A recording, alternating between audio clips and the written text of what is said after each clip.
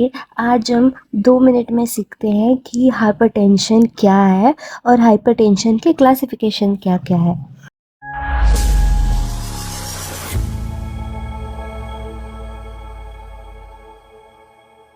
तो hypertension hypertension मतलब कि जो हमारा ब्लड प्रेशर है वो इंक्रीज़ हो जाता है।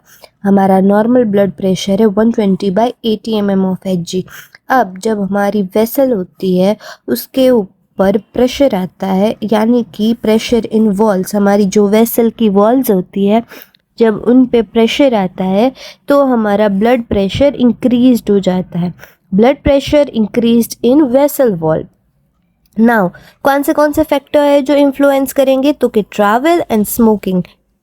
टू रेस्ट 10 to 15 मिनट्स, मतलब कि जब हम ट्रैवल कर रहे हैं तो हमें 10 to 15 मिनट्स का रेस्ट लेना होता है। कंटिन्यूस ट्रैवलिंग से भी हमें हाइपरटेंशन हो सकती है। नाउ हाइपरटेंशन के बारे में तो आपको मैं बता दूंगी, बट जो 120/80 mmHg है, इसमें 120 सिस्टोलिक प्रेशर है और 80 डायस्टोलिक।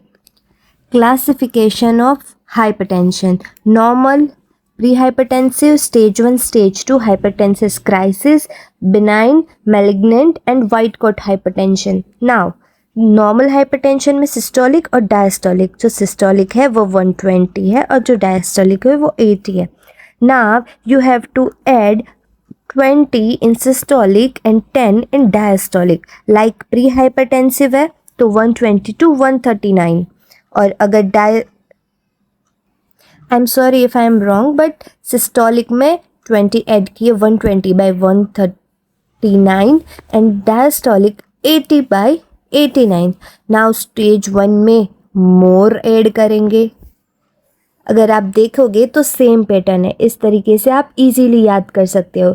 तो करा दिया ना 2 मिनट में हाइपरटेंशन क्या है वो और classification.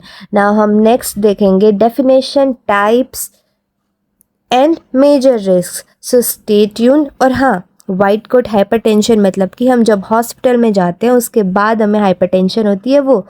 Stay tune. Thank you. Please subscribe.